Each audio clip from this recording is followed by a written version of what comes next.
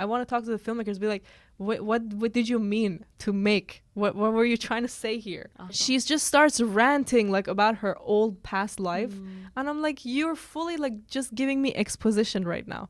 How did they like give the stamp to make this movie? You know, You also see it so logically though. It's kind of like a funny kind of movie. It's a comedy. What was the point of that line? And then there's another line where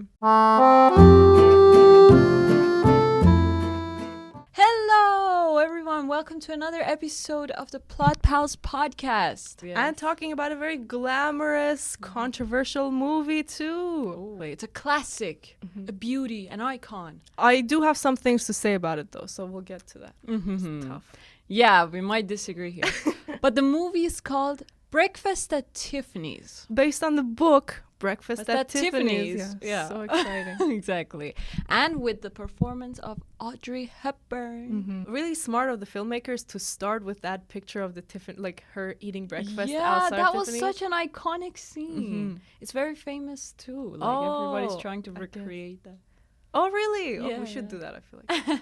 But like in one shot it explains like exactly what this character feels like. Like, okay, she's dressed like she's going to a gala, but she's eating outside of this bag. Yeah. She's in the street, like why is she so dressed up? So okay, first shot, I'm on board, you know, I'm thinking this is gonna be amazing. But then they show her like do some weird shit, like she's in her house with full makeup on, and then she has like this thing that you put over your head. There's no way you would put that over your head with makeup. But anyway, she has that, some earrings, and then a random stranger guy comes to her door. I know, that was so stupid. Like that scene is just completely unrealistic. So the fact that, okay, she's sleeping, let's not forget the fact that she's sleeping with the full makeup on. Yeah. And it's just so intact. That's right, like she has fake lashes too. Yeah. Really. And it's just so beautifully done. Like you can't even do that when you're awake. But that's right. Suddenly, like somehow had this kind of makeup. Because you could say, yeah, maybe she slept with it. She was like too busy the night before, but it wasn't even like, smudged or anything. Yeah. It was like exactly perfect. Well, the Hollywood kind of. Yeah, like, that's the male gaze. That's what I'm thinking. Like they just want us to see this girl as some way. And you know what? Really, okay, this kills me. So did you finish reading the book yet? No. Okay, I finished it. Okay. So the book is, of course, from the perspective of the writer. Guy. Yeah, the writer. Now, the movie, what perspective did you feel like it was from? The movie? It was from the perspective of Holly, That's what I'm thinking. Okay, so of course they start the first shot with her. So you're thinking, oh, they changed it to be from her perspective. Right. What a smart idea. You know, she's the more interesting character. Yeah. But guess what? Like, even then, it's not. It's still from the perspective of the writer. It is. Yeah. In this creepy way where, like, oh, we think we're with her, but actually the whole time we're judging her and, like, seeing her from this... this guy's eyes. Yeah, that's true. That sucks. Like they should have made a decision. I want to talk to the filmmakers, be like, what did you mean to make? What were you trying to say here? I don't know. I feel like they took some of both worlds. Yeah. And they didn't get to the like something. But like, what was the story even about? It's about the girl. I know. It's just so random. Right. Like, okay, the theme is good. Like maybe you want money, but what you need is love. Okay, sure. You know, we'll take that. But, God damn it. Like, it just infuriated me the way she's fully sleepy. She lets this guy in. Yeah. And she just starts ranting, like, about her old past life. And I'm like, you're fully, like, just giving me exposition right now. How did they like give the stamp to make this movie? You know, okay. Now I'm just getting really angry. No, I understand. That scene is just so stupid too. Because okay, the guy comes in and she has these earplugs in her ears, and the guy's talking, and she doesn't take them out. That's right. That's also true. What is wrong with you? Okay. Exactly. The guy talks and talks and talks, and she's just looking at him, and then suddenly she just takes it out, and he's like, "Oh, the earplugs. Okay." Yeah. And he repeats himself. What the hell? That's crazy. And then he comes in the house. I was like, what's going on? No, don't do that. Don't you live in New York? Don't you know that you don't have to do this stuff? Exactly. And she keeps talking about how broke she is, but she's living in this huge apartment. Get yourself a roommate. Why don't you move in with that guy? You know, I don't understand. you keep complaining. New York is so expensive, right? Yeah. She lives in this fancy ass apartment.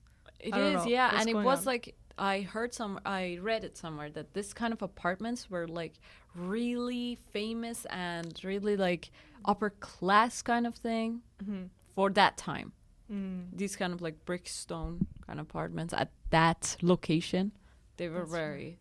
That's what I'm thinking. Like the steps going up, and oh wow, it's It just was I beautiful. want to live somewhere like that. But I Exactly. don't understand. So she's complaining. Okay, now we could get this straight. Like she is a rich person because she knows like the richest people Yeah. in New York, literally, and she makes a lot of money. Yeah. That's how she has But the she house. doesn't know how to manage That's right. it. So she She spends it all. spends a lot too. Imagine like the dresses that she has to get and the makeup That's right. and all that to like keep her fashionable. Because she's like, okay, in the book and in the movie, they did say that she's not a prostitute, but she is an escort sort of girl. Yeah. Escort, just a companion that people like men could buy for a few hours for social occasions or something. Maybe she also did more than that with like more, I don't know, rich and wealthy clients, but still like she wasn't. That's what they said. She's not a prostitute, especially in the movie because it was like a romance or a romantic comedy. They didn't want to make her look like a slut, you know. Right. So they just played this thing like she is just an escort, just going to these places with these men and thinks of them as rats Right. and doesn't think much of them. Yeah. And I mean that as a character is fine because I like, people who use whatever they have to their advantage. Right. So it's good that she went and got those guys. No problem. What I have a problem with is her acting so naive. Yeah. Like even though she isn't, she's What a the fuck? full woman. Yeah. that's right. So she comes in like through the window, she comes into this guy's house. oh yeah, Okay. that too. And the guy is naked. Okay, the guy's not wearing this any is the clothes. thing too. Yeah, the guy, the writer, is also selling himself. That's right. That's so crazy. Apparently, they had a problem with the actor. He's Oh. he came, he wanted to be more promiscuous than his character actually was. So he insisted that the character has to be like this, kind of like Wow. promiscuous kind of guy as well. And at the same time, the fact that this guy is like also going out with this rich, wealthy, older woman and has this sugar That's mommy. I mean, this also was not in the book at all. Yeah. And they added it. Now, what do you think it hurts the story or it adds to it? No, it does add to the movie's story because of the fact that he also has to get over something like to be with her. Like I guess he has to like just not think of the money as well in order to be with her. That's right. And it also shows that he loves her so much that he's willing to like let go of that. I guess that's Yeah. fair. So But still, I'm thinking, okay, go ahead. I'm thinking like they didn't show that so well because here's this girl, here's this woman who's giving him thousands of dollars, and like she's his employer basically. Yeah. She comes, gives money, needs something from him, Right. and he gives her nothing. Like he doesn't even smile or like act like he's happy to see her. And I'm like, okay, this woman could do better. What is she even doing here? Yeah. With all that money that she has. Like never in the movie is he acting like he's interested or he's Or like a lover, yeah. I know. Like he's fully like a son. Like he acts like I don't want to be here, Yeah. And I was just like, okay, that's just bad business. Like why does he give you 1,000? Well, I guess some people just like the ones that don't give that much attention to them, the mysterious ones. Maybe. I have Okay, no idea. that's fair. Yeah. I'll take that. But at the same time, yeah. So we were talking about the fact that she climbed up the stairs. So she comes into the room and comes in. he's naked, He's okay? naked. And they talk and okay, I found the scene very interesting because first scene we are at her house Yeah. and we learn about her character and it's all exposition, I hate it that they're just talking about their past, but it's fine. Right. And now they're in his room and he's naked and like we learn about him. So it's kind of interesting like the way they try to introduce both characters, Right. giving power dynamic. So I'm gonna forgive the exposition here. Okay. But Thank you. yeah, thank you. Yeah, I give my blessing. Oh. But then fucking I forget what happens, but she goes into bed with him. She's like, you know, I'm so tired. Can I sleep here? And she goes in. We're just friends. We're just friends. She puts her head over his like naked body, and she's like, oh, you know, I'm so scared and tired, but we're friends, right? And you're like, what the fuck are you talking about? Like, you're literally in bed with a guy. And at Imagine that time, like, I don't know how progressive they wanted to be, or if that was like the fashion at that time, but. That's I right. don't get it here. Like here, she has to have a plan, right? Like, there's no way she's this naive that she thinks getting into bed with a naked guy is okay or like friendly or anything. So if the filmmakers were smart, yeah, I think she was attracted to him. Okay, the first time that I was seeing this scene, I was like, okay, she is. Of course, she's not naive, okay? The fact that we also learn later, another character says that, is she a phony or not? Like, she is a phony. A phony is someone, like a fake. In the book, they said that she's a fake. And that's the thing. She manipulates people. She wants them to think that she's naive and this stuff, but she's actually not. Yeah. And then the scene right after that is like she falls asleep. Yeah. And he's still just wide awake, like in the same position. And she starts talking in her sleep. It's stupid. The dialogue is so bad. Wow. How did they, you know, make that and then think it's okay to be in the movie? I know. Like. I felt so cringed. I just skipped that part. Yeah, every I know. time. It's so bad. Like, so the girl is like, oh, brother, you know, I miss you. And like, you know, she's not sleeping. Like, is she acting there? I'm sure she is. Or she's just like so stupid because, you know, like apparently they fell asleep for 30 minutes and then she just like starts telling her dreams. And then the guy is like, what is it? Why are you crying? Like, oh, God. And then she gets mad. Yeah. And then she's like, why are you listening to me? Maybe because you're in my bed and you started talking. What the fuck? Yeah. And she says, if there's one thing that I hate or one kind of person that I hate most is the snoop. I don't know. Yeah. Someone that snoops. Yeah, exactly. Like, you were the one that did that, motherfucker. And like 2 seconds ago, she had a bottle of alcohol in her hand. She's drinking it. And then she goes to the plant in his room and pours it into the plant. Like, what was the point of that shot? Like, what are you trying to say even? I don't get it. There were so many moments like that where I'm just like, your character doesn't make sense. Like, she says, oh, I'm leaving for Brazil tomorrow, but I haven't even started to pack. And like, her house is like not touched.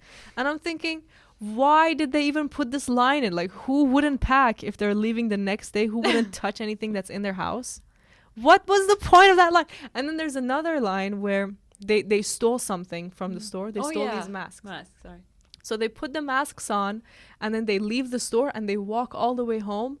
And then they just don't show them walking all the way home. It just cut from the store to the house. As soon as they get to the house, she's like, I can't see anything with the mask on. And you're like, you just walked all the way from the store to your house. Like, why can't you, don't you take it off before? I think you also see it so logically, though. It's kind of like a funny kind of movie. It's a comedy. And it's just, well, imagine like you have this mask on for so long and you've been running, so it obviously moves a little bit. Okay. So maybe you can't see it, especially when, I mean, you're just, I think sometimes you read so much into it. It's not supposed to be taken seriously. It's not supposed to be logical, you know? It's just. That's fair. Even the book doesn't make that much sense in like a very ordinary kind of way. It doesn't have that kind of sequence or. That's true. So it's just not that kind of story, I think, to be taken seriously. Okay, maybe I'm judging it so much. I'll calm down. You know what else was so bad? Okay, you will agree with me. Right. What the hell was the point of that Japanese character? Oh my God. Wow, that was like so bad. It was just like, it's not funny at all. Okay, so first they have this like white character makeup to look Japanese, and then she's just like super racist language. I know. Like, what's up with that? What's up with that? And then he's in his house, like running into things, and like he wakes up and he hits his head on this lantern, and you're like, wow, this character is like fully a stereotype. Like there's nothing real about him. He just like walks into a door or something. Exactly. Wow. Like it actually annoyed me so much. Every time his only role is Miss Golightly, be quiet. Like you're too loud. Like, okay, how did the filmmakers get away? And imagine just like 10 years before, America had bombed Japan, you know, and killed thousands, hundreds of thousands. Right, Oppenheimer. Now, yeah, I know. And now they're making this movie, like, that's unbelievable. It was, okay, if it was funny, then you would be like, oh, fine. Right. You know, I'm laughing. It was just the worst jokes. I know, yeah. So cartoonish. And apparently the one in the book, it wasn't even like this. I know. Like, it was a really sophisticated kind of. That's what I'm thinking. Like, if they didn't have access to Japanese actors, why didn't they just make that character white? You know, like why wasn't he just like an old white man? Chinese. I'm sure a lot of Chinese people were there. Wow. What is going on? Like, it was so bad with the glasses and the way that he was talking and his teeth. That's right. Like, God. Oh I my don't God. know. And so, you know, it would be fine if this was just the nothing movie that everyone forgot about. But the fact that it was so celebrated, and still it's so remembered, maybe that's why I'm judging like every little problem with it so much. Okay, that's fair. Yeah, you're right. Like I mean, if it wins something, might as well like. It has to be something that you learn something from. And so many scenes, like I'm sure you will agree, so many scenes were all exposition, like just the character revealing information about the story to each other, and not revealing character backgrounds, just literally saying, you know, I'm trying to think of examples, but like it felt like every line. Okay, so there's the part where the agent is talking to the handsome guy, and then they're just literally talking, and one part of it is interesting where they talk about, is she a phony? Okay, that's cool. They're talking about another character, but then for 10 minutes they're just talking about this past and this story about like her agent in the background, and I'm thinking, was there any other way to tell this other than you two just talking about it? And I'm especially, well, that was the same in the book though. It was, that's what I'm thinking, but I feel like they took the worst parts of the book and then they adapted that. Okay. That's right. Exactly. Like stupid details they took, like for example, the note that says Fred is dead is a yellow note that's been crumpled up in the book and in the movie. And I'm thinking like, okay, was that really the note that you took from the book? Like, okay, the note is exactly how it was described in the book, but then every other plot point is changed. I don't know, it just didn't, it annoyed me a lot. And especially because I'm writing right now, and people keep giving me feedback. I know. You know, they're like, this, your dialogue is unrealistic. Your characters are just giving exposition, and your scenes like this and that don't make sense. And I'm like, this is, have you seen the Hollywood movies that are made? Exactly. Wow. That's what, like, it just doesn't make sense. And at the same time, like, there's just so many stereotypical things and many cliche dialogues that just people get away with it, you know, filmmakers and directors get away with them, and they make it to these huge award shows and all that. Yeah, and it's like so when people also give feedback about like cliche dialogues or something, at the same time I'm like, but you know, it's maybe like part of it, it's just the creative kind of thing, like, and there's no right and wrong. I know. Yeah, exactly. Just 2 days ago, I watched this short film on Netflix. It's like a 40-minute short film. Ooh. It's about how writing can change your life. Okay, so that's the main topic. But it's all told in this really stylized, people are telling stories to your face. And the dialogue is nothing like real life. They're literally just talking at you fast, like this and that. And then, you know, again, I just like what we're talking about, I'm thinking, this film is succeeding. This film was made. Yeah. So why does our films have to be, I don't know, realistic? It's just that's my complaint about. Maybe it doesn't have to be, you know. People could say stuff, but like as long as you believe in it, and a lot of people also believe in that, I guess it just has to appeal to the audience. That's like what. For example, the movie of Breakfast at Tiffany's did appeal to me because I'm like a hopeless romantic. I love romantic comedy. And it was like a classic kind of thing. It was from the 50s, 40s. So it was so beautiful, aesthetically beautiful and all that. And I enjoyed it. And it had a good resolution. It wrapped up the movie very well. And it was even better than the book in that sense, because I love the whole romantic thing and stuff. And the fact that she did change, or there was like a resolution there, I like the fact. And that's maybe why, like, it appealed to this kind of audience. That's fair. Enough. And as long as, like, what you're making also appeals to a certain type of audience, and it's like a great, like, good number of them, you know, enough to make it succeed, then it's okay. Then it's the best movie ever, you know, for them. It doesn't have to appeal to everyone, Because, as you say, exactly, this is a rom-com that has really lovable main characters. Like, they're so handsome, you can literally not look away from them. And they're so they have quirks. Yeah, they have quirks. Exactly. You just want to see them, like, get somewhere. And then there's, like, some funny stuff. Even though, like, mainly I was just cringing. But they tried to be funny. So that's how it succeeds. In its own way. And it's about wealth. I feel like wealth always. Oh yeah, for sure. It's interesting. New York wealth and all that. Love and wealth. What do we do? Like, do we choose love and go broke, or like choose wealth and be miserable? That's like that theme hit. But just the whole time I was watching, I was thinking, wow, the novel compared to this, you know, they made all the wrong choices. Not all the wrong choices, but at least for the first third, I was like just annoyed at everything they chose to do and how they chose to introduce characters and the party and all that. But as you say, like, okay, the ending is still, it captures your heart. So you're like, oh, wow, why'd you let the cat go? And then, you know, they go back to find it. And so I guess what matters really is the ending of your story. The characters that you have that are intriguing, and then how you choose to end it. And even if the middle and beginning you like fuck up, you could still get some kind of good story. That's true. I love this story because, okay, let's see. Why is it called Breakfast at Tiffany's? Well, have you heard this song of Ariana Grande, Seven Rings? Yeah. Breakfast at Tiffany's and bottles of bubbles.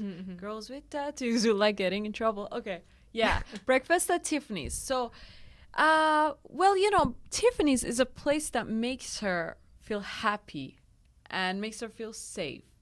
And she's just, the whole time, her goal is to find this kind of place or like be there. She thinks that's the kind of place that makes her so happy and good, and that wealth and all these stuff would make up for the fact that she's lonely or doesn't have anyone or just this stuff. And also there's this guy that is intrigued by her, that finds her so fascinating. And it also makes me think that you're always so attracted to mystery, to people that are mysterious, that are so unique and all that. That's right. And he's also very different from the guys that she knows at the same time. So he's like a sensitive kind of guy, very quiet. You know, everybody's just so loud. That is like part of her company. And he wants to listen more, I guess. Yeah, that's true. And she just likes her so much from the beginning. Like, kind of like differentiates him. She likes him?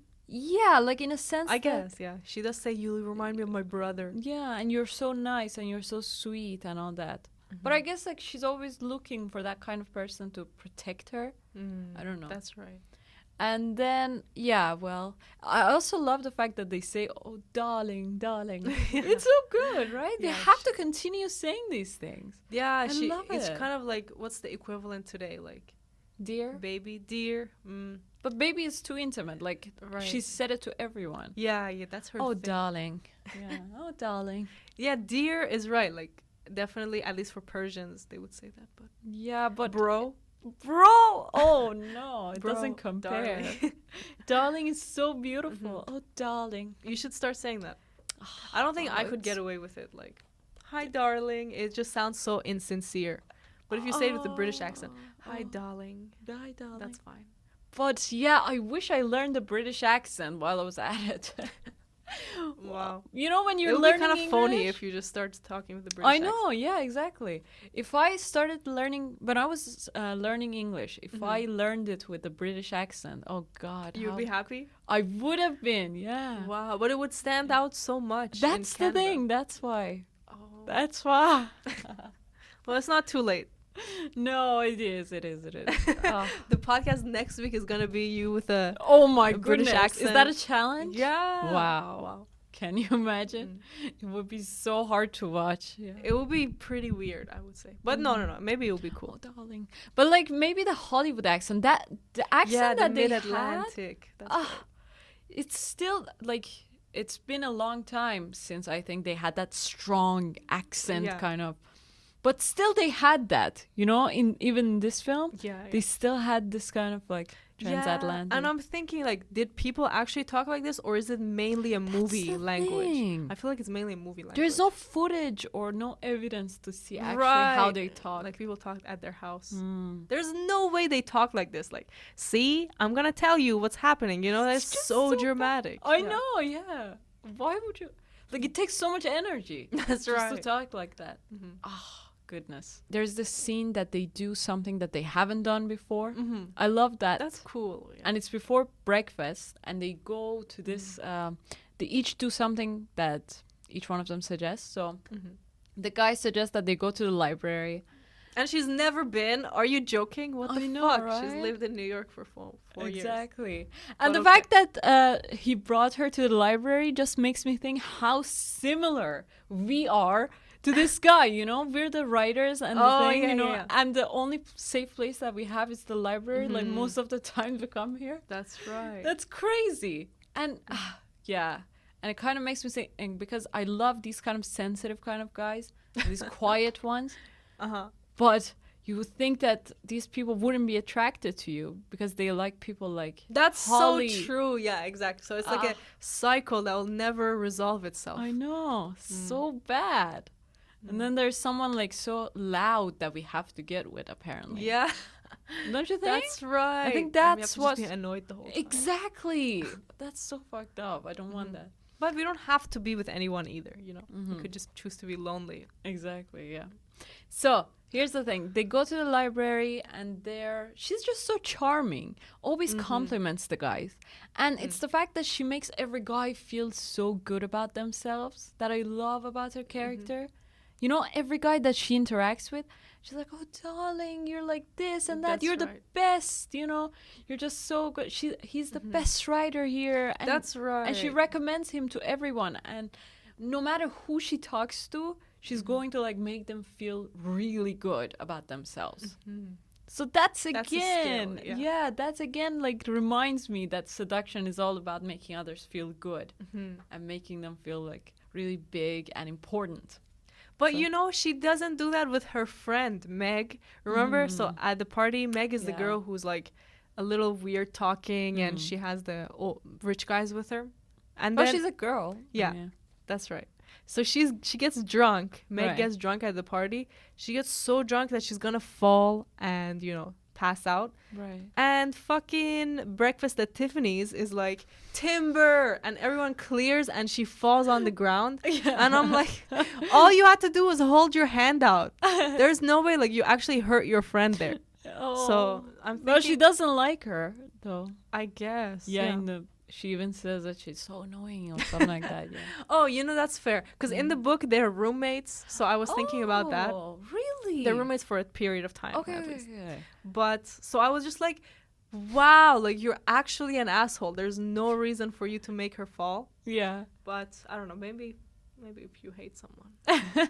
or maybe she was only nice to guys. Like, was she ever that's the nice thing. to a girl? I think so. She's just always like, because she can take something from them. So that's why, probably. Right. But that's the thing. They also go to the Tiffany's because she likes it so much. Oh, yeah. They go there and he wants to buy something for her. But she says, I don't want you to spend so much money, just anything that is like under $10. But I'm not sure if you can get something at Tiffany's for $10, she said. Yeah, what are they thinking? $10 is like a box of tofu. but you know, maybe at that time it was cheaper or something. Yeah, and they go, and the fact that the salesperson is just so patient. Yeah, that salesperson was such a cool character. I loved know, yeah, and doesn't say anything. And the fact that it was such a like huge advertisement for Tiffany and Co, the company. Oh yeah, what the hell? That's so true. And they already had their sponsor. It makes me think that we have to make movies or books about companies. So maybe that way we could like get huge like sponsors, right. Don't you think? Like this movie really makes people want to go watch, like stand outside Tiffany's, right. Go in and talk to them. Yeah, it was a huge thing. Why did they do that? Yeah, like do you think they already had the sponsorship and then they? Oh, I don't know. Like really built it up, or? Well, it was under the Paramount, I think, studio. And they probably, of course, they're a huge studio, so that they could get the sponsors. Like, yeah, definitely. It would be really weird if we do it, though. Like, imagine we do McDonald's, like the whole movie's about McDonald's. Oh, wow. Would people watch that? Breakfast at McDonald's. That's great. At McDonald's. Or Tim Hortons, like a Canadian thing. That's right. So there's less competition. We have to research that because I feel like, of course, they always say like don't write any brand because then if you can't get the brand, your whole story will be destroyed if it's super related. That's true. But what if you write the brand in order to advertise them? Or maybe like what if you write a book first? They usually do that. So have you seen of course you've seen that Devil Wears Prada. Yes, so in that movie, it was first a book, and then they adapted it to a movie. So it kind of like shows that you have to first write the book, maybe see how it performs. That's and fair. Then the movie, maybe. This is twice that has happened then. Yeah. So maybe. Did you watch? There was this trailer for the Barbie movie, honest trailers that they make to show like what the movie is really about. Right, that YouTube channel. Yeah, okay, exactly. Okay, yeah, and it showed like how many times there was an advertisement for a car in Barbie. Oh my goodness! And then I remember like they kept showing the cars with the brands, like, really nicely and the way driving. that they took the video of that, it was just so like an commercial. advertisement. Yeah, it was just a commercial. Like, oh my goodness! And before that, I think I knew it, or before watching the movie, Barbie movie, I knew that was like there was an advertisement of the car there. So when I was there, I was like, oh my god, they overdid it. Why are they like so obvious about it? They sold their soul to this company. Wow. So we have to wonder, like, do we want to go that route? Like always have in our movies and stories this kind of advertisement section? Do we, you know, give up the money and go for love? Just like Tiffany's. No, just get the money. Forget about that. Just put it in.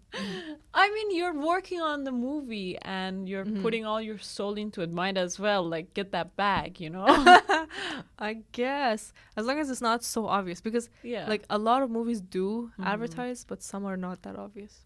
I did hear, for example, you could always use an Apple device in your movie. You don't even have to ask permission, just as long as the person using it is the hero, not the villain. Oh my god, that's such an interesting rule. So Samsung for the villain? Oh yeah, I guess if you get or the Hawaii permission for the villain. Yeah, and the protagonist gets the iPhone. Okay, let's remember that. Wow, this is like an interesting approach they took, because then Apple would always, you know, be associated with good people, and also it would then let people use computers and phones in their movie and not worry about covering up. And then, didn't you think like the husband comes in, the doctor husband? Yeah. What was that? Like what was happening even? It resolved so easily. It was, it's just such an unrealistic movie. The fact that he goes to the park, he just walks, and this guy's just following him. So annoying. Yeah. So, like the woman is waiting in your apartment. You said you were just gonna go down the stairs, and then you go to the park, and like just they showed what's it called, boats in the lake. Like they're watching that. They walked all the way to the park. That's so random. Yeah, and the woman is still in your apartment. Like what the fuck? What if he was like I don't know, someone looking or watching them? Watching the woman, especially someone that the husband sent. Like, doesn't the woman have to go out of the apartment or something, and then you go out and talk to the guy. I don't know. I know. Like, that doesn't make sense. Anyway. It made no sense. Like, why? How did the husband even know this guy is, like, friends with Holiday? Like, literally, Mr. Handsome just came out, smoked a cigarette, and walked away. Exactly. Then he just started following. I don't know. It makes no sense. Crazy, yeah. And then right after, like, he comes in and you think, oh, this is going to be the big reveal. Like, she's married. What's going to happen now? The next scene, he's already leaving. And it's like, oh, okay. I guess if you say I should go, then I'll go. Yeah. And I'm like, what? That was just a small point then. Like, who cares? Exactly. It's not even a big deal. But still, she does have a breakdown.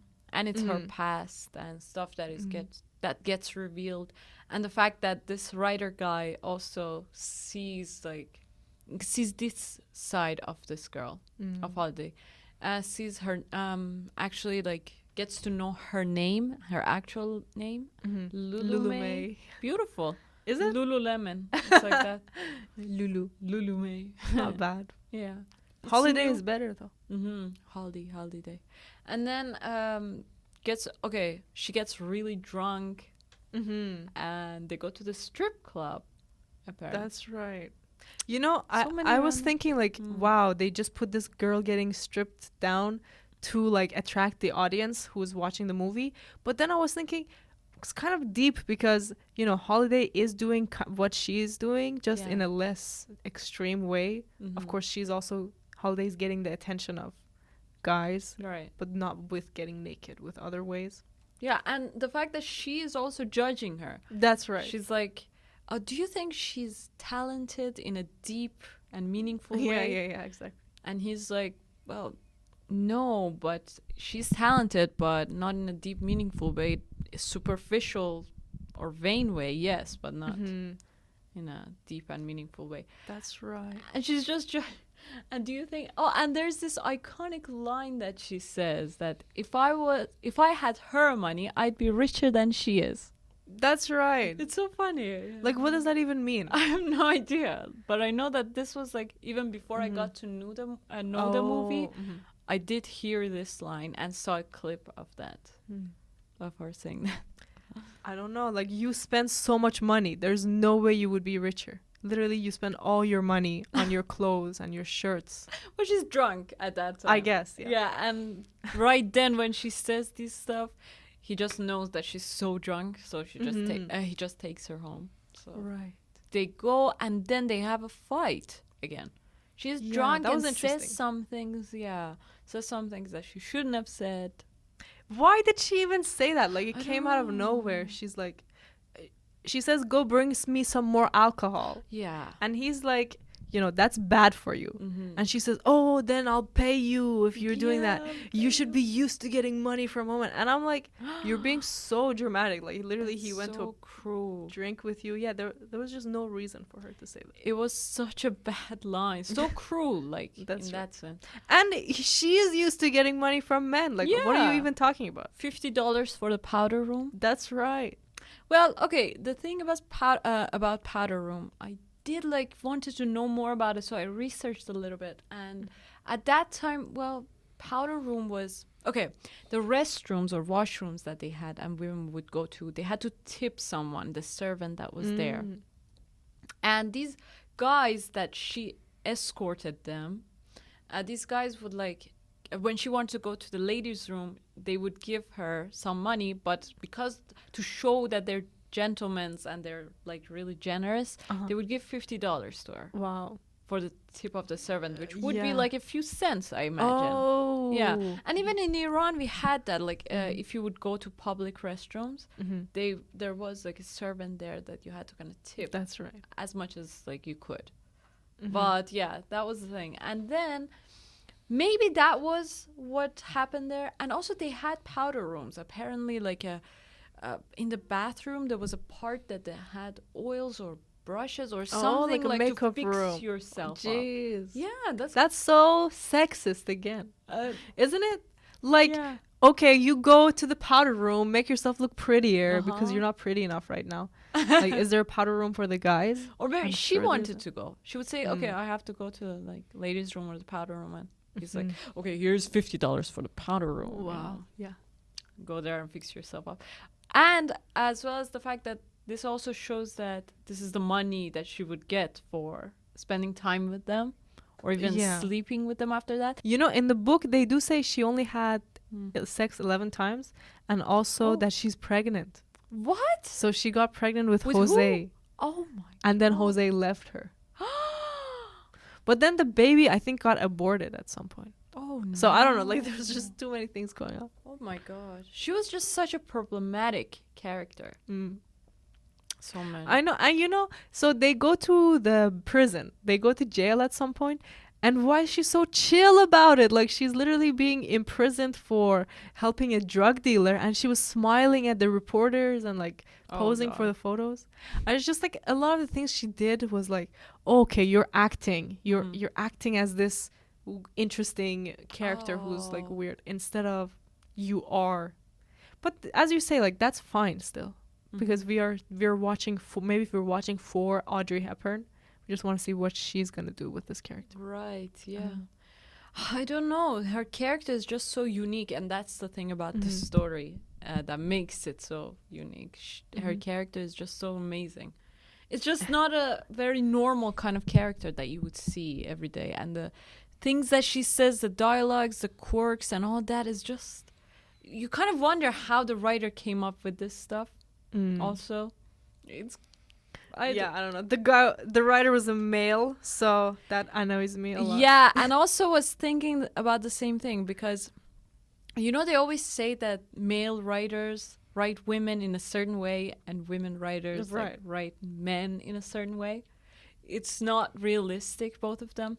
Well, of course, like women writers, okay, for example, Jane Austen writes these unrealistic men that are just so dreamy and all that and are just not true at all. Like, there's no such men like that. And then men also write these women that are sexy and have the makeup all the time or like are so seductive, interesting and all that. Good like point. all the time, you know, exactly like how this character Holiday was.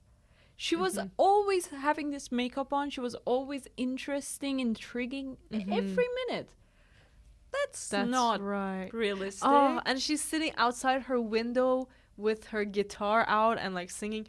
You know people can hear you. And she acts like she doesn't see the guy looking. Bro, like the whole time she was acting, it just pissed me off. That was also in the book too, though. It was, but like...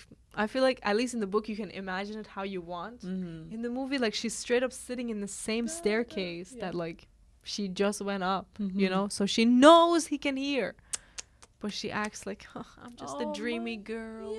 This is me. Oh, you remember so there's a part where she comes home with Jose, right, and she's wearing all pink and a crown. Remember?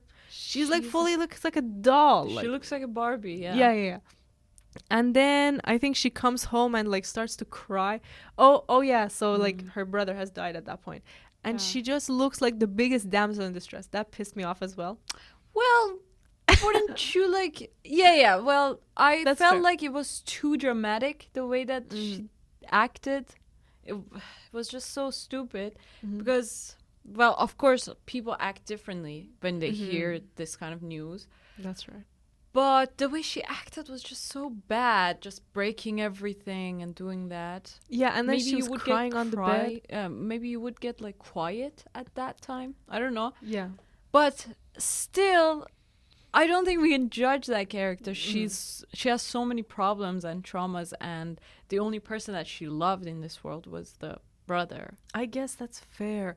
It just hurt me that like she had the crown on in that shot and the earrings, and like the way the cinematographer shot it was so that she looks so beautiful and like the crown is shining literally. And I'm thinking, okay, what are you trying to say in this shot? Are you trying to say that she's gorgeous? Or that he's sad? Trying to say the fact that she's having this much fun and doing this stuff, and she's always after wealth and the stuff like that, going after that. And then his brother at the same time is in a war and is getting killed and has all these problems. and she just feels guilty when she hears that, I think. Well, I think that's what they were trying to say, but they didn't say that though, because for that maybe they would have to be a little further away from her, so we see like her broken body and like how even though she's so dressed like this, like she understands her brother's problems, but it was in a close-up. It was just her face looking gorgeous. I don't know, maybe I'll find that shot. Wasn't it a shot of her like from above when she's on the bed? She's in the bed, yeah, exactly. There's something like that too. But yeah, I guess maybe that was like the problem of that as well. So many weird things about you this just movie. hate this movie so much. You know, I was watching and I was trying to love it. Yeah, I went in with that idea. Because we did talk about this like last week, I think. Yeah. Where we said, go into movies with no judgment. Yeah. Just try and let the filmmakers take you. But I tried to do that. I was laying there. I even put my projector on and I was just laying back. And the first shot got me, as I said. It was just, it's going to be beautiful. It's going to be elegant and meaningful. And then right after that, it's got tough. Exactly. Tough real fast. Well, it could have been... Well, I'm trying to think that maybe it could have been more glamorous at times, you know. Maybe they could have shown, because it is about that kind of like upper class side of New York, and also this girl that is trying to be wealthy or get into that kind of world. So it could have been maybe much more glamorous than that. We could have shown like so many extreme like parties that are just so beautiful and so glamorous, and these maybe the writer guy and her get introduced like to these kind of places, or even like some real bar where she's sitting with a bunch of like handsome men in suits. We didn't even see any like scenes with her and some other guys to see how they treat her or how she treats them, and what is even going on. We just hear about it. We just hear that she goes out with these men and we don't even know what's going on there. And she says that she only has 11 lovers. I don't get that either, because she goes out with a guy every night or something. That's right. So yeah, maybe just the escort, no sex. I don't know. Or maybe she just doesn't consider these like her loves. That's if it's true. a one night or something. Exactly. So maybe they could have shown that side as well. Yeah, for sure. They limited themselves, and also it really felt like they shot this in a studio. Like nothing about it felt, you know, of course if they're in the street, then they're in the street. But like, for example, if they're in the courtroom, it was clearly not a real courtroom, you know. It was like in a studio. Where he's introducing himself, he's like, I'm a writer, WRITER, like signing himself in. Like you could tell those are just fake walls, and that annoyed me too. Oh, okay. Yeah. That does make sense. It did feel like a kind of like unrealistic. And the lighting too. I feel like you could always tell the story with lighting, but this was either shot outside where there was just sun doing its thing, which is fine, or if it was inside, everything was just brightly lit. You know, there was never like some darkness coming in, or it was just always flat, like our studio lighting, basically. do you think? I agree with you? They could have used a lot, like the elements of light and darkness and these kind of things, but they didn't. That's true also. And that for the Oscars, so it was nominated for music, which is fair. Okay. I feel like the music stood out, even from the first shot. That's good. It was nominated for art direction, which I don't think includes costumes, even though I feel like for the costumes that she was wearing, that would be fair. Yeah. The costume, doesn't it have a separate award? Exactly. So now I'm wondering, like, maybe at that time it didn't, and that's why they gave it to art direction, because the art direction didn't necessarily stick out to me. Like the rooms were all so basic looking, you know. But wasn't it like an aesthetic kind of movie, don't you think? Like the brick walls and all that, like a little bit dressed up like this so elegantly. Her costume and her like earrings and everything, and her makeup and her hair, I feel like could have been and should have been nominated and won. Right. And they weren't. And the highlights in her hair. The highlights were gorgeous. So beautiful. It makes me think that I have to get highlights. They're so good. Yeah, exactly. And the way that she used it to her advantage. So the highlights were just so beautiful in the way that she styled her hair. I know the styling and like it kind of annoyed me because her hair would be perfect like with this like 20 pins and everything, and she's like, I haven't been to the stylist in weeks, like I've let myself go. And you're thinking, I know you spent an hour in front of the mirror doing that, like in the world of the movie. So I don't know. And then also this movie was nominated for best writing. Wow. What? Best writing. Do you think that's well deserved? Because I don't. No, definitely not. Mm-hmm. It wasn't like a deep kind of like meaningful kind of writing, just and especially with the cliche lines and all that, like I don't think I know that deserved this. Cliche and did they storylines and lines? Yeah, and did they win? They didn't For any of the stuff. Of course, they did win something. Right? I feel like for the Oscars, they might not have won, but I have to research again. I'm not sure. But she was also nominated for Best Actress, which, like, even though we could judge some parts of her performance, still, as we say, it did live on for so many years after. So I think that makes sense. She played her role so well, though, I think. Even in the book, when you hear about, like, they talk about Holly Golightly, you kind of get this kind of image, and she played it so well, I think, this absurd kind of character. I guess kind of like this story is like a cartoon kind of thing, like a comic book and stuff. So the character has to be as absurd as that. And she played it so good because she has this, especially this actress, has this humble kind of thing, this earthly thing to her. With elegance, which is like such a like contrast. These are like two different things, being elegant and being like down to earth. That's right. But she can be that, both of them. That's such a good combination to have. And you kind of can't take your eyes off her either, as you say, like just with the way she smiles and she looks sad and talks. Her eyes and all that's so beautiful. And the guy also has beautiful eyes. Okay, the guy is handsome. Yeah. But like he's so bland. Yeah, he is. That's true. But aren't all writers? Don't you think? You think? That's fucked up. Yeah, you're right. Maybe he's just such a blank, person. He's like that he has to write about other people. Well, that's one thing. Or like introverts and reserved people tend to be writers most of the time. So he's like the narrator, the observer of the whole events and all that. So I guess it's kind of like true. You remember that scene where he hasn't written for weeks, and then she buys him ink, and then he starts to write, and his table is like messy with tissues and crumpled paper, and like it looks like he's been writing for hours. Right. And you come up, it just written, Holiday was a very scared girl. She was very pretty, and that's all she's written. And you're like, oh, that's my life, literally. Like I throw so many papers around, and all I've done is like write. My mom is this kind of person. Like I didn't even write something from new. Like I just copied some person in my life. Oh my God. So I thought that was realistic. Yeah, I guess so. But still, there should have been more writing, I guess. Yeah, I know. There was just 2 sentences there. 2 sentences, and then, like, 2 scenes later, he's sold his novel. And you're like, oh, wow. Not novels, I think some stories. Okay, that's good, because it was only $50 they gave him. Yeah. Just, I think, a few stories to some magazines or something, or newspapers. Yeah. I have no idea, but... And then another scene that I was just like, bruh. So he's running in the street. He's like, Holly, holiday. And then he hugs this girl, and the girl turns around and it's somebody else. And the girl's acting. She was just like, she literally stopped acting. She's like, who are you? And then she was basically just this girl like looking at this famous actor, And I was thinking, wow, couldn't you do another take? Like, why did you use that take? Like, it looks so unrealistic. The girl is literally, it's like she knows that she's in a movie. And that happened actually a lot of times with all the different actors. Really? Did you feel like some things were off? Yeah, that's true. Yeah. Exactly. There is just something artificial about.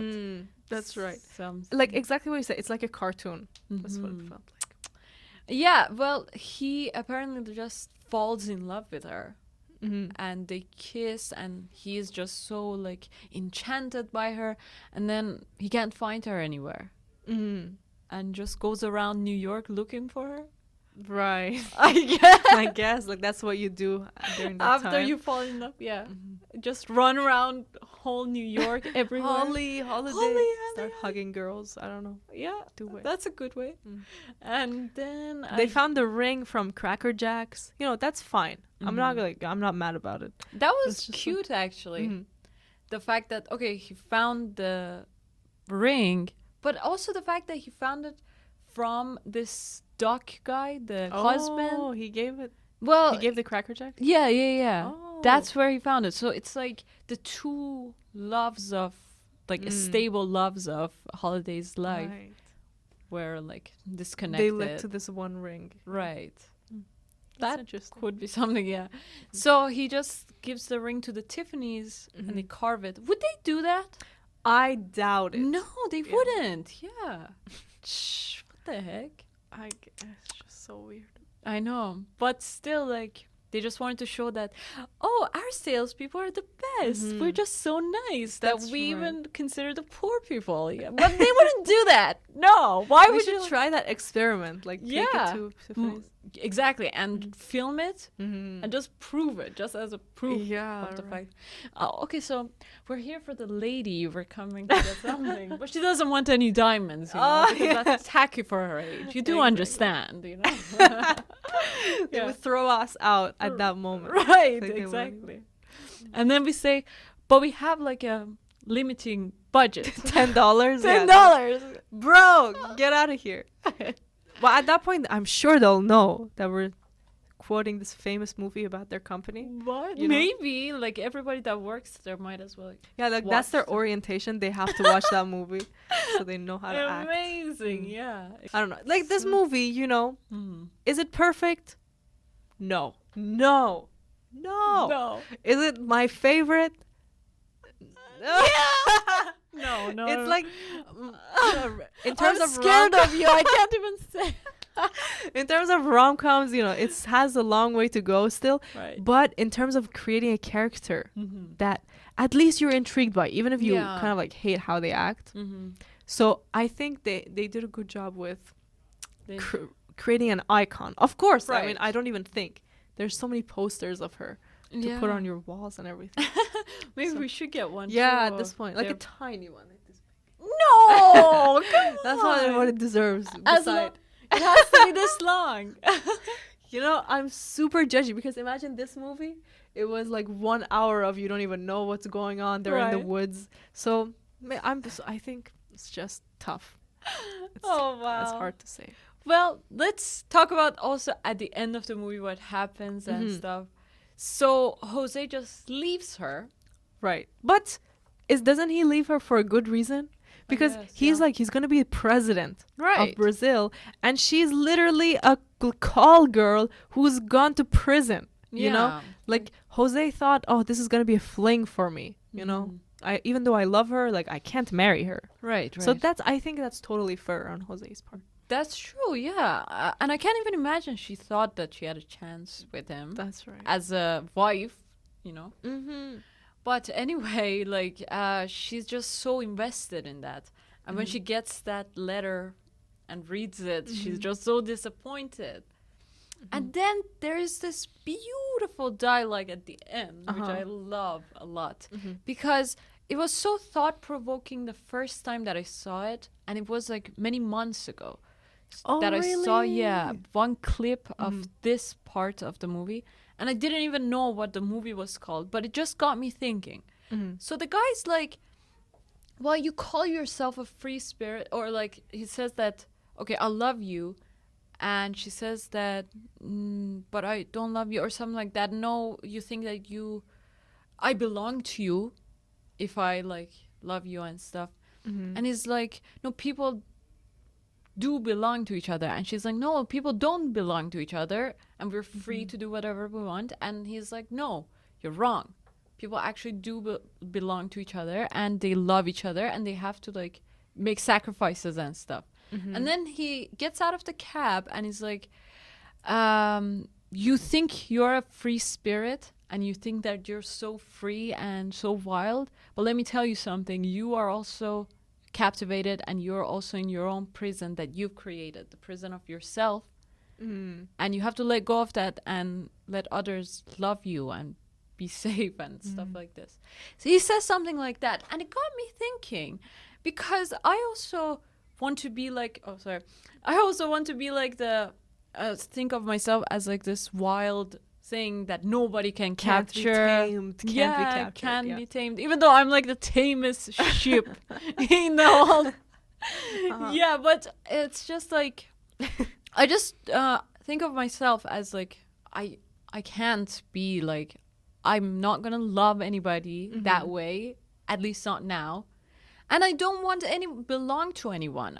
I just want to be free. That's right. I love my freedom. And then you realize that what love is about is all about like trust and like being able to let go of this whole thing and surrendering yourself to the other person. So that's love, basically. And that's like the safest territory that you can be in, the best place. Not necessarily just human love, but like maybe divine love or whatever. It's all about surrender, letting go of that kind of like defense and all this. But okay, here's the thing. They let go and they love each other at the end. Now, how are they going to pay for everything? Because I'm sure he doesn't want her to be an escort anymore. Yeah. And I'm sure like his books aren't going to sell. Okay. So what are they going to do at that point? Like, okay, retail job. Retail job. I have no idea. That's fair. But they wouldn't. Oh, there would be lots of problems there. Yeah. Maybe they would go out of New York. I don't know. Oh yeah, for sure. I see that happen. But they both love New York. Exactly. I don't know. So they surrendered and they are happy now being like in love together. Well, that's kind of like that's kind of like unrealistic because of the fact that he wasn't love for her. She was alone now. Now that he was gone, she didn't have anybody anymore. And it's just like, it wasn't even love at this point for her. Yeah, it was just like a safe kind just of stay with me, basically. Yeah. It was a safe thing for her. Damn.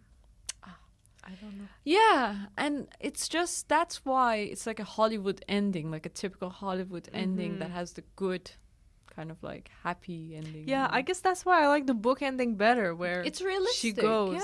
Yeah. And she leaves the cat and everything. That's how the world works, you know? Well, yeah, you could have like a fling or be together, but I don't think they would marry or anything. Yeah, unless like he lets her continue being an escort. You think that could happen? No way. Like kind of like Becky Sharp. Yeah, exactly. He's too proud, and he's not like that kind of person. Even like, okay, the one last thing that really hurt me is he is talking to his employer, the rich lady. He's like, you know, there's another girl. And she's like, oh, where'd you meet her? Like, what kind of person? Blah, blah, blah. And then he's like, this is a girl who can't help me. You know, she's not rich, but I can help her. I can change her, you know? And I was like, bro, this is another cliche. You just want to help her, save her. Go live your own life. Well, that is also true, don't you think? Like, she really needed someone emotionally. Every time she was a wreck, this guy would come and like clean her stuff up. That's right. But that's so cliche, right? Or is it real? I don't know.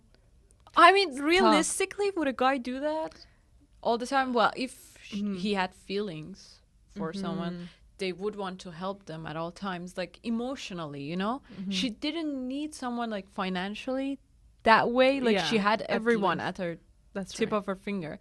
But she needed someone emotionally. Every time that something happened to clean her stuff up. So I guess, he could help her. I mean, I know he could, but like, doesn't he want his own things in life? Or maybe he's just like enraptured by her the same way everyone else is. Yeah, exactly. At one point he's like, am I like everybody else?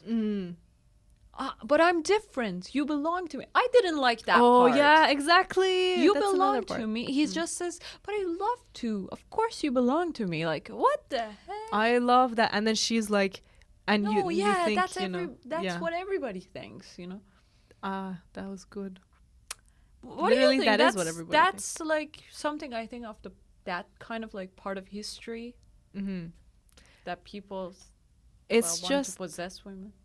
like even the very first guys that we saw coming to her were like, but I gave you $50. Don't you think I deserve something better? Right. And so now he was doing the same thing. And that's when I thought, okay, the story's going to shift and she's going to like come into her own and, you know, like become a real hero who doesn't need any guys. But just like 2 scenes later, they are still back together, and then you're thinking they're just talking. Well, yeah, that's also one thing that I didn't find realistic, was the fact that they would have these fights and then they would like make up and get back together, like just have fun and ignore whatever happened. That was like right. But in the book, apparently it says that a few months passed before That's I right. talked That's to right. him. Yeah, so it's probably like that too. But they just, you know, they built it up so much in that scene where it says, but you belong to me. And then the girl kind of like doesn't really acknowledge it. Like, right. She's scared, of course. She also does love him, I guess. But she's just scared of that, to like show it. Especially because of the fact that he's broke too. So she doesn't want it. Yeah, it's scary. And in the book, they showed so much more how much of a bad writer, or not a bad writer, but like how much his writing process was like, really, you know, improving. Like, okay, she's gonna read the story and say what she likes about it, what she hates. They just took all of those out too, and I feel like they just made his character too bland. Oh, probably, yeah. He's just a hero here, coming to the rescue. Yeah, wow. Why is he the hero? Why isn't she the hero? Why isn't she the hero of her own story? Well, isn't he the hero of the book as well? He is. But then the book starts with like his story, and then the movie starts with her perspective. Yes. So I don't know. That's true. It's tough. Like, okay, this movie was made during the female gaze, the male gaze at its peak. So, of course, they were going to show the guy's side. Right. And just a little bit, like, try and show a woman who is different than other women, but, like, not really get into what she's all about. It was fun. It was enjoyable. Would I watch it again? No. Maybe, like, to judge it. To like, oh just my keep god, judging please it. don't. No. Yeah, if that's your purpose, just don't do that. Forget it. Yeah. But the costume is good. Like, if you want to do a non-scary costume for Halloween, you might want to consider. Yeah, it's beautiful. And also, the actress is so lovely. And also, they wanted to cast Marilyn Monroe for that role. What? Wow. But they didn't, because she was under another contract with another studio. So. Damn. Okay, but she did such a good job at making this character like not just sexy, but also really innocent, right? And, like childlike. I feel like Marilyn Monroe could not have done that. No, she couldn't. That's why I like her much better, I think, for this role. She was so right for that. But the writer of the book wrote it with Marilyn in mind. Wow. Yeah. Okay, I see. That's the thing. And he said that he took all the women of his acquaintance and 4 actresses, and just wrote this character, you know? So imagine all the typical, like, stereotypical things of every woman. He just got it and, like, patched it up and just tried to work with them, mix it. Right. That's what it felt like. Yeah. It's this character who has no real like problems, just like, oh darling, won't you be a doll and give me the alcohol? And then they start drinking together. Why don't you think she has real problems? She has so many problems. I know, like she does have it, but she doesn't act like she does. Like, well, you would because think, she's a phony. yeah. Like she just, you know, where's her family? Where's her brother? Like she brings it up, but it doesn't seem to affect her. And also, like after the brother dies, like she never brings him up again. Right. Like all these things that painful.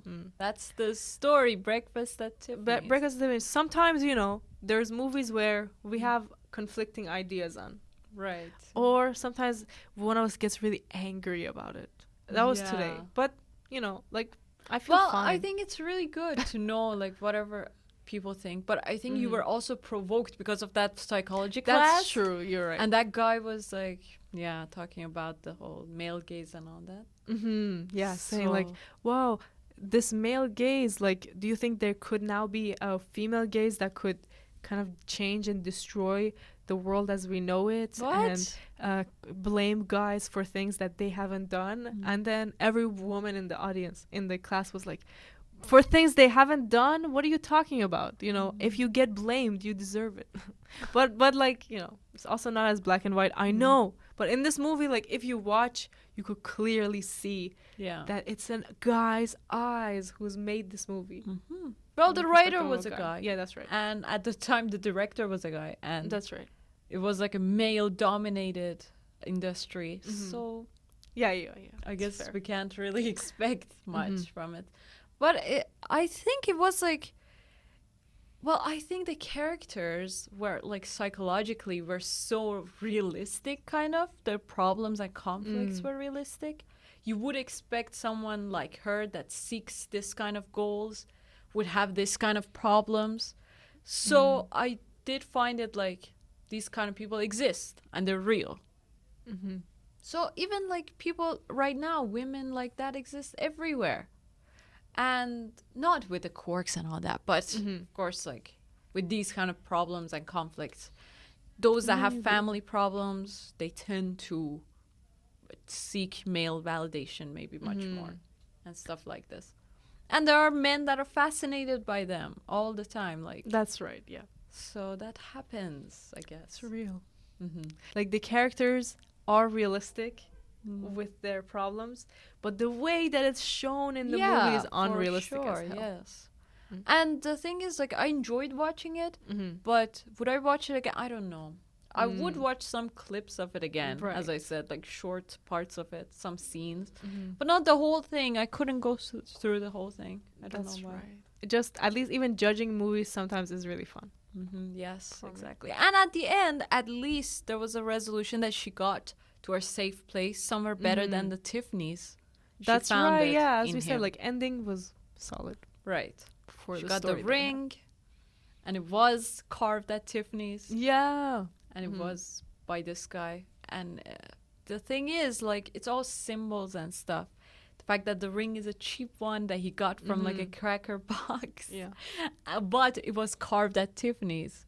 And the fact that she got over the whole Tiffany fantasy and all this jewelry and wealth and stuff and just gave everything up and went with this guy is a huge character shift for her. To finally love and be loved and all that. That's right. And she goes back to the cat as well. So. Maybe there should be a Breakfast at Tiffany's too, where they show their home life. Oh my goodness. Maybe that could be interesting. Yeah, I mean, I wonder how they're going to work this out, but I mean, at least like the fact that they got together is good enough. So interesting. And here's another movie that's a romantic comedy that takes place in New York. Right. What? Everything happens in New York. I know. And gotta move there.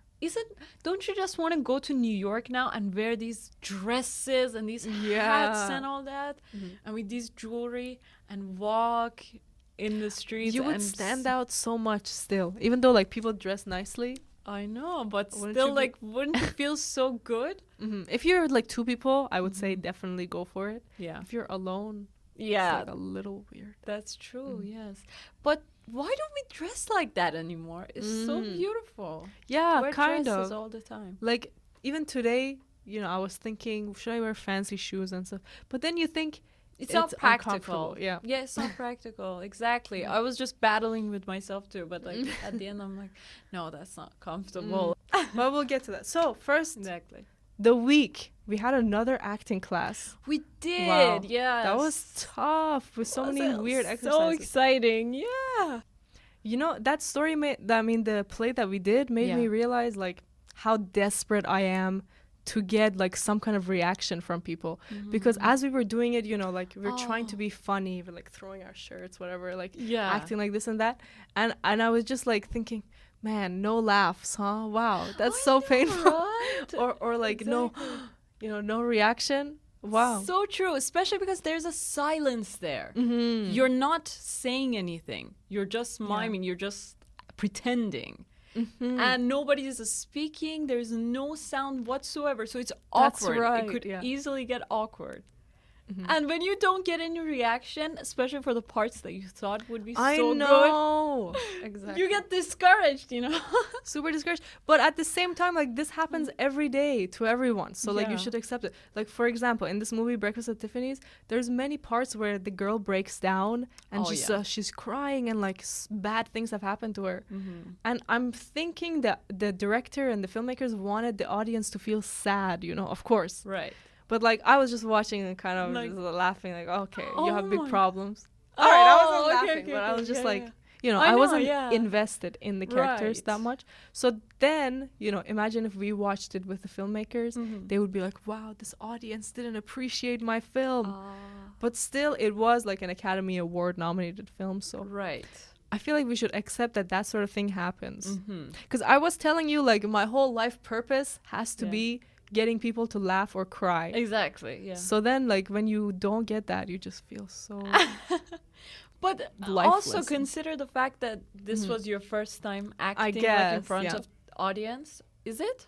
Or you did say technically, that, yeah, you technically. you took the drama class, but still, like. But I didn't get to the performance. I just did it in the practice. Oh, okay, okay. So you see, this one, and also the fact that it's like a funny, humorous kind of environment when we're in. So you can't get that kind of like reaction. I don't know what kind of reaction you're looking for. Maybe cry. I know. You won't get that, or like getting angry, kind of or dramatic. gasp and surprised. Well, you did get that. I think I was surprised when they were like fighting, and then you came out with the gun. Wow. I tried to do that. So. Okay. But I also realized, like, if everyone's heart is not 100% in something, then it won't be that good.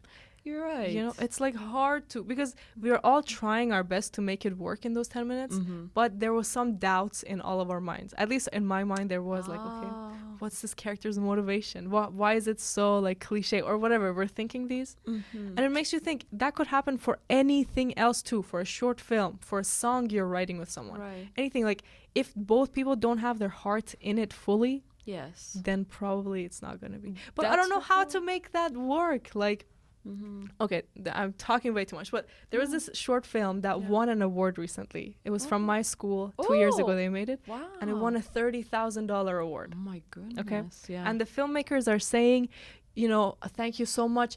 It means a lot because we put our heart and soul into making this. And I'm thinking, you know, I'm sure you did, because it's so good when we watch it, it's clear, and of course it won. But how did you all do that? Like, how did you put your heart and soul? I want to know. What does that mean? Exactly. Gotta learn To that. get everyone to be like aligned with one purpose. Yeah. It's not impossible, but it's a hard thing, of course. But it's not impossible. Like, they've done it for thousands That's of years. right. All these like prophets and all these like religious figures. You know, can you like imagine? Just set aside the religious fact, but the fact that someone could come out and like be the leader of these thousands of people for all these centuries, you know, after even he's gone, you know, That's right. to still like have followers, that's a huge thing. And the fact that there are still so many influencers and so many people that have that kind of like effect on people and society. Yeah. Get them aligned with one Like thing. all these big leaders, they've managed to convince so many people to dedicate their life to this leader's goal. Exactly. Amazing. And doesn't matter if it's like a positive thing or a negative That's thing. right. Like, consider Hitler. His Exactly. purpose was negative, and it was so bad and deadly and so negative. But the fact that he still like had this belief, and a lot of people shared that belief, and he was able to convey that message of the belief and be the symbol of that belief and get people aligned to act on the beliefs that they had. It's That's like, right. What the fuck? I know. These leaders have like this magical power. They could just make people go Right. blind, I feel like. Well, I don't know. But they could, well, you know, the thing is, once I heard or read somewhere that leaders are not specifically like an individual. They have to lose that individuality that they have, but they have to be the symbol of a certain belief that a number of people have. So, for example, you have to be the symbol of an ideal. Be the symbol of that. Be the total like physical manifestation of a set of beliefs. Act like that.